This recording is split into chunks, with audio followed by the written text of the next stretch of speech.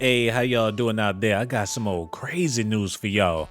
They not saying Monique fell off the stage per se, but they did say she fell off on stage because her jokes wasn't hitting.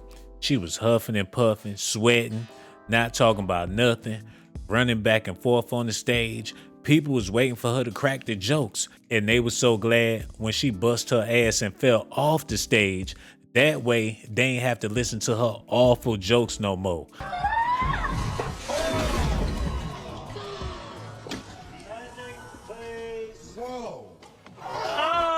And ever since she fell off so bad, her husband, he the one out there speaking up for all of her beefs. She too embarrassed to address the public. Now her husband going at Stephen A. Smith. He talking about Oprah Winfrey like he got a personal relationship with these people. Listen at what Stephen A. Smith had to say about Monique. Monique, she's brilliant. She's an Oscar winner. She's sensational. What she did in Precious, her phenomenal acting career, her comedic genius. Monique, I don't know if anybody said this to you, but I'm going to say this to you, and I'm going to say it to you out of love. You always say sisters or brothers when you're talking to black people. Well, this is a brother talking to you, Monique. You look very bitter. It's so messed up and sad that Monique embarrassed herself so much, she ain't even got the strength to respond to Stephen A. Smith. He said that she looked pathetic, she looked miserable, she looked sad, she looked bitter, she looked disturbed. And a lot of people felt the same way at her concert. And when she finally took the plunge, they was talking about how God don't like ugly and all this stuff. Her husband had to respond to Stephen A. because Monique ain't been feeling the same. See, the first question would not be, Stephen A. Smith, why did you video someone? Or you won't entertain Kevin Hart is the biggest star in the world. She said that. Not only did she say that, not only when she spoke about Oprah and Tyler, these are individuals that you failed to hear that she said she loves them. And when you love folks, you tell them what they need to know, not what they want to hear. We've put certain individuals in such a status that we've disallowed them to be human beings. And on the note with taking the long way around and that there are no shortcuts. So you could take the shortcut and cross through Miss Evelyn's yard, but you know she got a pit bull. And he may or may not be in that yard. But you know for sure if you get in that yard and he is in that yard, you will definitely be chased. It is a bit safer to go around the long way because not only is it the right thing to do because you're not cutting through somebody's yard, their grass, trespassing on their property, but what happens is it may be a longer journey, but it's worth the trip. So we're going to take the long way around and we're not going to call out these individuals on platforms like this. We're going to call them up. Now, please don't confuse. When Monique is standing on stage, she has an artistic paintbrush designed to paint her life and make people laugh in a way in which a comedian is supposed to do. So her life experiences are fair game. They're fair game. Fair game. So when she says what she says on stage, please don't say it's the way that she said it. Because she's on stage. We're dealing with, when we're not on stage, what is being said. And again, to revisit Brother Stephen A., I'd like to point something out to you.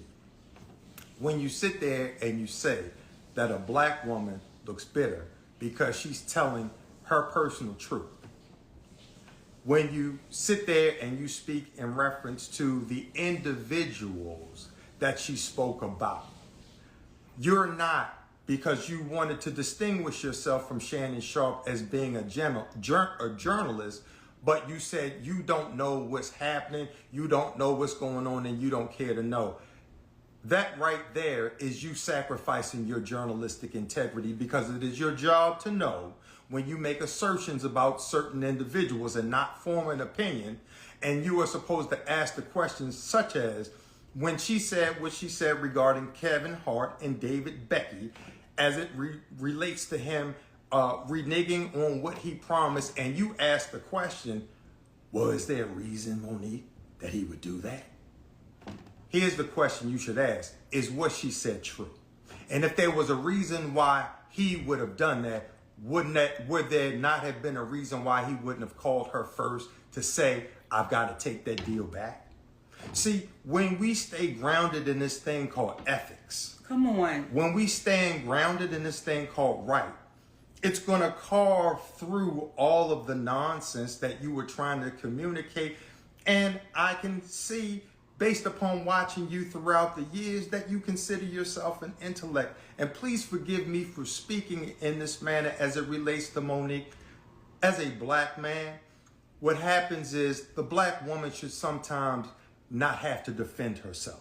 Sometimes there's a level of defense that should be had on her behalf for we as black men, because Monique didn't step to you when you were calling Kyrie Irving out for being a man and making a decision as a man to not get a shot, and ridiculing him because his father raised a man. You should not have called out Kwame Brown in the way that you did, calling him a bust, because you have forgotten that that black man has a family, and any man that has had the length of time that he had to live the dream in the NBA is not a bust in my book. He's a hero. He's a hero. So when you call Jason Whitlock a fat bastard, but you're telling Monique, who referred to them as her brother and her sister, and she loves them, but you can call Jason Whitlock a fat bastard. My question to you, why are you allowed to speak your truth, but this black woman is not? Help me. Help me. I need the help. It is low-hanging fruit to attack a black man. That was Katt Williams and Monique that did the interview. Why is it that you singled Monique out? Why is it? She was polite. You're not asking, was she inaccurate when she spoke about Tiffany Haddish? Though there's nothing but love. There's nothing but love. The irony is that our sister Tiffany Haddish went to GQ magazine to say, I'm glad I don't have that husband of hers, for standing for Monique and standing with Monique when we were talking about pay inequality, only for her to turn around and speak about the pay inequality. See, we will succumb to what it is that we support when what we support is wrong.